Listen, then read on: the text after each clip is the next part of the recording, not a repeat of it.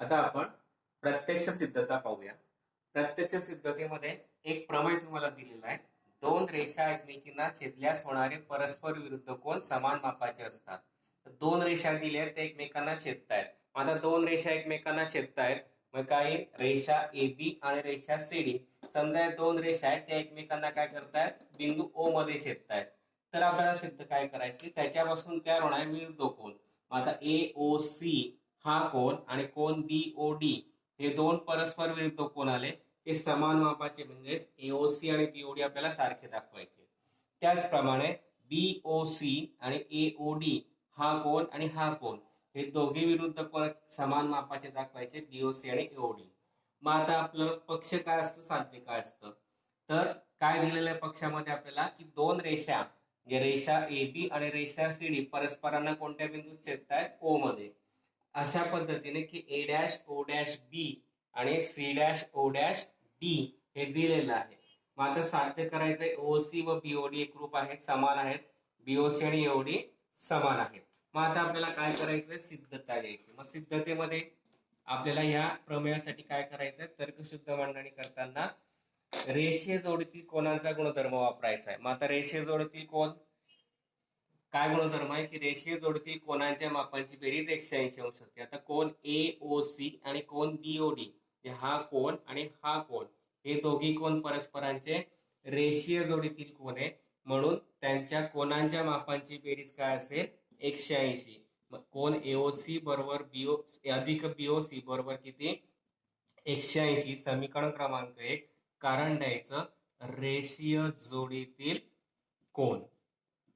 आता त्याच पद्धतीने कोन बीओसी, आता हा कोन बीओसी घेतला आपण, कोन बीओसी आणि कोन बीओडी हे दोघी सुद्धा परस्परांचे कोणते कोन आले, रेषीय जोडीतील कोन, आणि म्हणून त्यांच्या सुद्धा कोनाची बेरीज किती येईल, 180. कोन बीओसी अधिक कोन बीओडी बरोबर 180. समीकरण क्रमांक 2.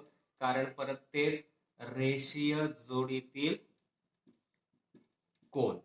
मग आता दोघी समीकरण 1 आणि 2 वरून जर घेतलं, समीकरण 1 व 2 वरून काय येईल, की दोघांच्या उजव्या बाजू सारख्या 180 180, म्हणून डाव्या बाजू सुद्धा काय घेता येतील, सारख्या. कोन एओसी अधिक कोन बीओसी आणि कोन बीओसी आणि कोन एओडी, सॉरी इथे बरोबर आहे, कोन एओसी आणि कोन बीओडी हे कसे आले, सारखे आले. मग आता डाव्या बाजू उजव्या बाजू सारख्या म्हणून डाव्या बाजू सारख्या घेतल्या. मग आता दोघांमध्ये बीओसी आणि बीओसी सारखे म्हणून त्यांचा लोप होईल. हा अधिक बीओसी इकडे आणला असता तर वजा झाला असतं, मग धन बीओसी आणि वजा बीओसी चा लोप झाला असता, म्हणून बीओसी बीओसी आपण त्यांचा लोप केला. मग आता काय उरलं, ए ओ सी बरोबर काय, बीओडी, आणि तेच आपल्याला पहिलं सिद्ध करायचं होतं. आणि त्याच पद्धतीने जसे आपण ही पद्धत घेतली त्याच पद्धतीने कोन बीओसी आणि कोन एओडी हे सुद्धा काय दाखवता येतील आपल्याला, समान मापाचे. मग त्याच्यासाठी काय घेता येईल आपल्याला, एओसी आणि बीओसी घ्यायचं आणि इकडे एओसी आणि एओडी घ्यायचं. मग दोघांमधला एओसी एओसी काय होईल, कॅन्सल होईल. अशा पद्धतीने प्रमेय आपलं सिद्ध करता येतं की दोन रेषा एकमेकींना छेदल्यास परस्पर विरुद्ध कोन समान मापाचे असतात. काय घेतलं आपण याच्यात, रेषीय जोडीतील कोनांचा गुणधर्म वापरला. एओसी आणि बीओसी हे रेषीय जोडीतील कोन, त्यांच्या मापांची बेरीज 180 घेतली. नंतर बीओसी आणि बीओडी ह्या रेषीय जोडीतील कोनांच्या मापांची बेरीज 180 घेतली. समीकरण 1 आणि 2 घेतला. समीकरण 1 आणि 2 यांच्या उजव्या बाजू सारख्या आहेत म्हणून डाव्या बाजू सारख्या घेतल्या. एओसी अधिक बीओसी बरोबर बीओसी अधिक बीओडी. दोघं बीओसी बीओसी कॅन्सल झाले, उरला काय, एओसी आणि बीओडी हे सारखे आले. त्याच पद्धतीने आपण बीओसी आणि एओडी सारखे दाखवू शकतो. आता आपण अप्रत्यक्ष सिद्धता पाहू. अप्रत्यक्ष सिद्धता म्हणजे काय, जे विधान सिद्ध करताना आपल्याला तर्कशुद्ध पद्धतीने भूमितीय पद्धतीने मांडणी करता येत नाही, तिला आपण अप्रत्यक्ष सिद्धता म्हणतो. आता समजा एक विधान दिलंय काय, 2 पेक्षा मोठी असणारी मूळ संख्या विषम असते. तर 2 पेक्षा मोठी असणारी मूळ संख्या विषम असते म्हणजे काय, तर पहिल्यांदा मूळ संख्या म्हणजे काय, तर मूळ संख्या म्हणजे काय, ज्या संख्येला फक्त एक आणि त्याच संख्येने भाग जातो तिला काय म्हणतो आपण, मूळ संख्या. मग आता 2 पेक्षा मोठी असणारी मूळ संख्या 3 5 7 11 13 17 19 अशा ह्या संख्या सर्व मूळ असतात, विषम संख्या आहेत असं आपल्याला दाखवायचंय. मग त्याच्यावर आपण या विधानावर सशर्त विधान तयार केलं.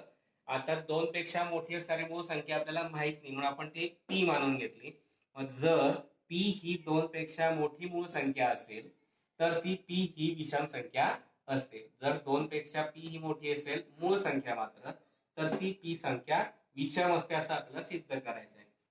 मग पक्ष घेतला आपण जर आणि तरच्या मधली ओळ. काय जर आणि तरच्या मधली ओळ काय येईल? पी ही 2 पेक्षा मोठी मूळ संख्या आहे. म्हणजेच पी ही 2 पेक्षा मोठी मूळ संख्या आहे. मूळ संख्या म्हणून तिचा फक्त 1 आणि पी हे दोनच विभाजक येतील. त्या पी ला 1 आणि पी व्यतिरिक्त कोणत्याच संख्येने भाग जाणार नाही.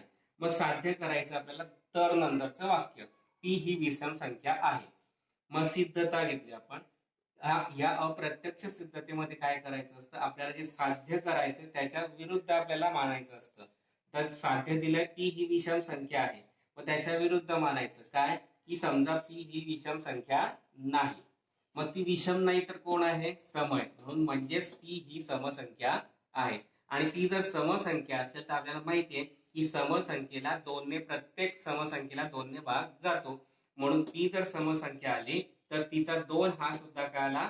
विभाजक. त्याला आपण म्हटलं समीकरण क्रमांक 1. मात्र पक्षात आपल्याला दिलेलं आहे की पी ही 2 पेक्षा मोठी मूळ संख्या आहे, म्हणजे त्याच्या 1 आणि पी हे दोनच विभाजक आहे. मग पी चे 1 व पी हे दोनच विभाजक आहे. मात्र समीकरण 1 मध्ये आलं आपलं की 2 हा सुद्धा पी चा विभाजक आहे. म्हणजे समीकरण 1 आणि 2 हे काय ते पक्षाशी विसंगत. पक्षात दिलं की पी चे 1 आणि पी हे दोनच विभाजक आहे. मग आपण पी समसंख्या मानली तर पी चा 2 हा सुद्धा विभाजक आला. जे समीकरण 1 आणि 2 यांच्यामध्ये विसंगती येते. म्हणजेच काय की आपण जे मानलं होतं एक समीकरण 1 का आलं आपलं? 2 हा पी चा विभाजक का आलं? तर आपण पी ही समसंख्या आहे असं मानलं, म्हणजेच ती संख्या विषम नाही असं मानलं. मग ती संख्या विषम नाही हे जे आपण मानलंय ते चुकीचं येत आहे. म्हणून पी मानलेलं विधान काय आहे? चूक आहे. मग बरोबर काय? पी ही संख्या विषम आहे. म्हणजेच पी ही 2 पेक्षा मोठी मूळ संख्या असेल तर ती विषम संख्या आहे, हे आपलं सिद्ध होतं.